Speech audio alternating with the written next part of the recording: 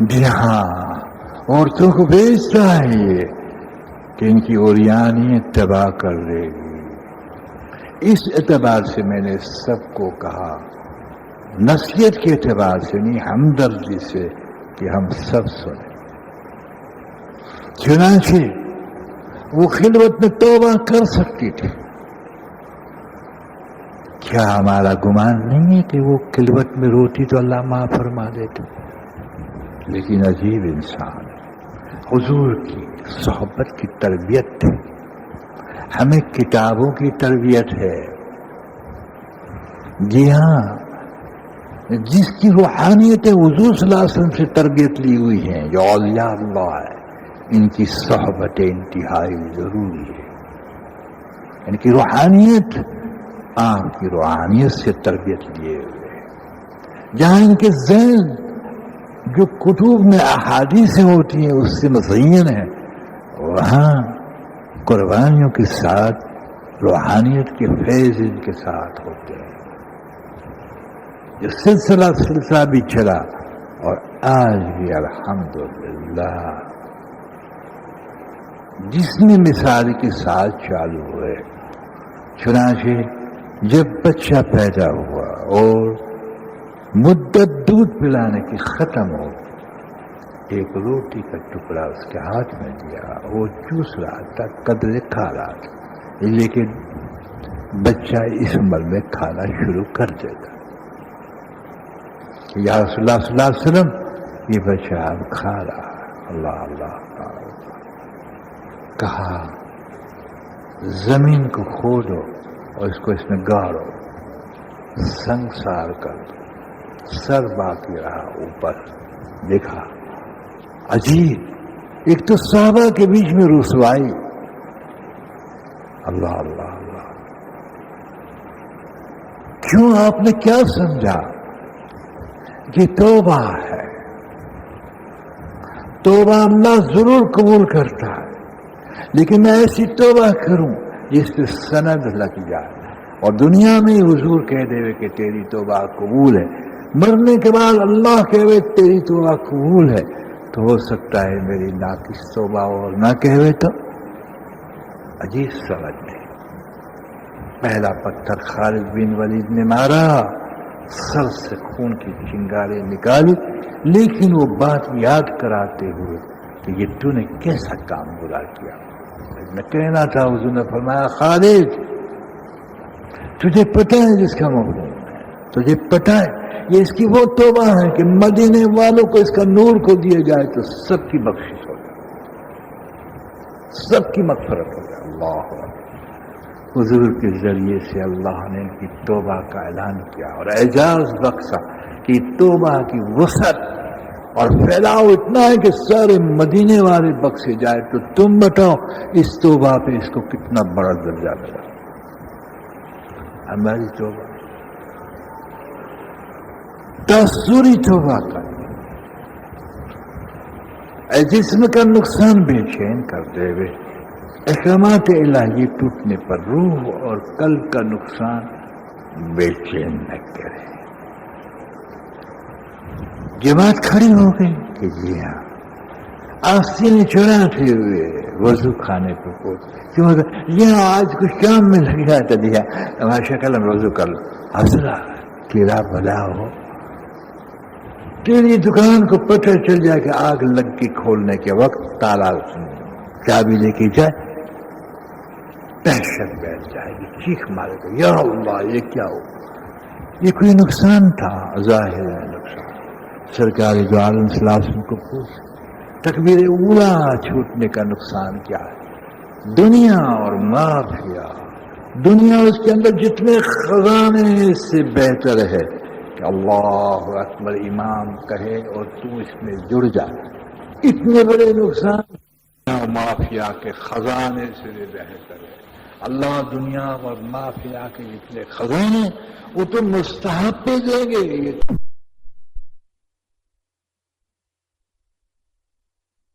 سے پہلی تکبیر اولا اگر کوئی اللہ اکبر کہے بغیر استماع توبہ کر کے اگر ہاتھ باندھ لیے تو نماز نہیں ہوگی.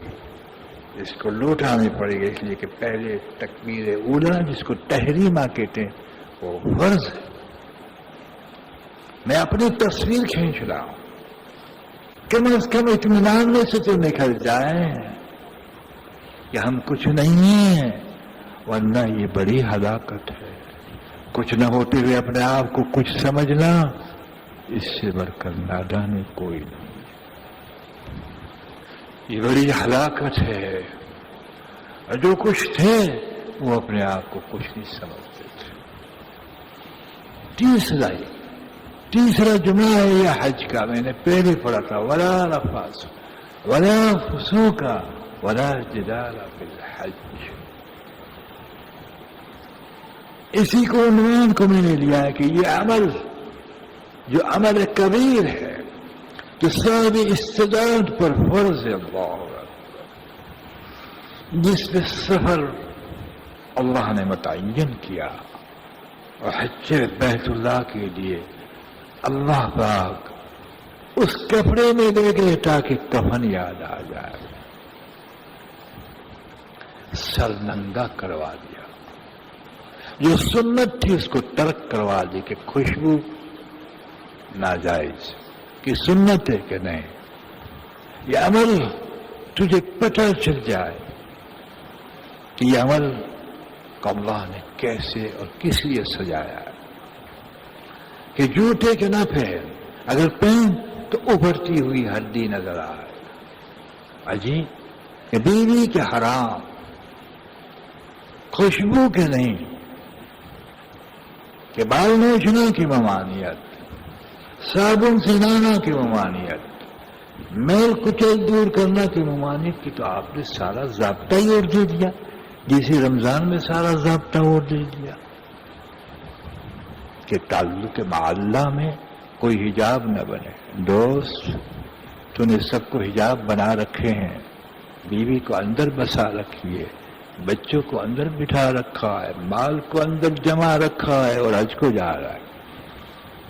تجھے سمجھ میں آ جائے تاکہ تم عرفات سے وہ ہدایت لے کے آئے، تو وہ ہدایت لے کے آئے جو جینے کا کرینہ ہے، جو تمہارے لیے پیدا ہوا ہے،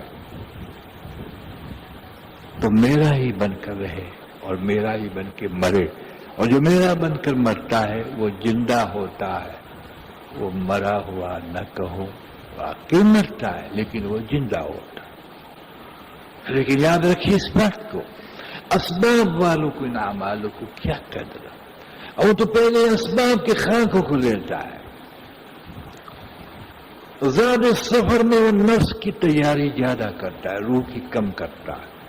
ساتھ میں ماشاءاللہ مٹھائی کے ڈبے بھی ہوتے ہیں، حلوے کے ڈبے بھی ہوتے ہیں، پھولوں کے ہار پہنا کر یہیں تکبر سے حاجی صاحب کو آدھا تو قتل کر دیا جاتا ہے پھولانے سے۔ اور ہم نے تو لاہور کے اسٹیشن پہ دیکھا بھیا، جب کراچی کے بحری جہاز یا ہوائی جہاز میں بیٹھنے کے لیے حجاج حضرات روانہ ہوئے، تو میں بھی اس ٹرین میں ویسے سفر تھا تو کراچی آ رہا تھا، کئی سالوں پہلے کی بات ہے، اس وقت تو کچھ جان بھی تھی بدن میں، تو قوالی گا رہے ہیں، اور ہر رشتے دار اس کے پیشانے پہ نوٹ رکھتا ہے قوال کو۔ میں نے پوچھی کیا ہے، کہ پھولوں کے ہار پہنے ہوئے حضرت ہیں وہ حج کو جا رہے ہیں۔ میں نے کہا یار یہ حج ہے، یہ کون سا جلوس ہے جسے بیچارہ حاجی یہیں تکبر میں ختم ہو جائے گا، یہیں پھول کے پھٹ جائے گا۔ تو رشتے داروں کی جہالت یہیں ہلاک کر دیتی۔ ہاں، نہ سند قول میں نہ سند عمل میں کہ حاجی کو اس طرح کیا جاتا ہے، بلکہ ایک اللہ والے جو حج پہ جا رہے تھے تو ہم بھی بیٹھے ہوئے، کیا کہا بڑے عالم حافظ قرآن، کہا دعا کرو، ہار جیت کے لیے جاتا ہوں، اگر صحیح اترا تو ہاں جیت جاؤں گا، ورنہ ہار جاؤں گا۔ آہ مالی، اس لیے کہ یہ جانتے ہیں مقاماتوں کو، یا نفس کی خوشیاں ہیں۔ اب وہ سود ہوتا ہے کہ جب انسان احکامات کو وزن نہیں دیتا تو اب اللہ کے احکامات میں بھی سبب کو ترجیح دیتا ہے، اسباب کو لیتا ہے۔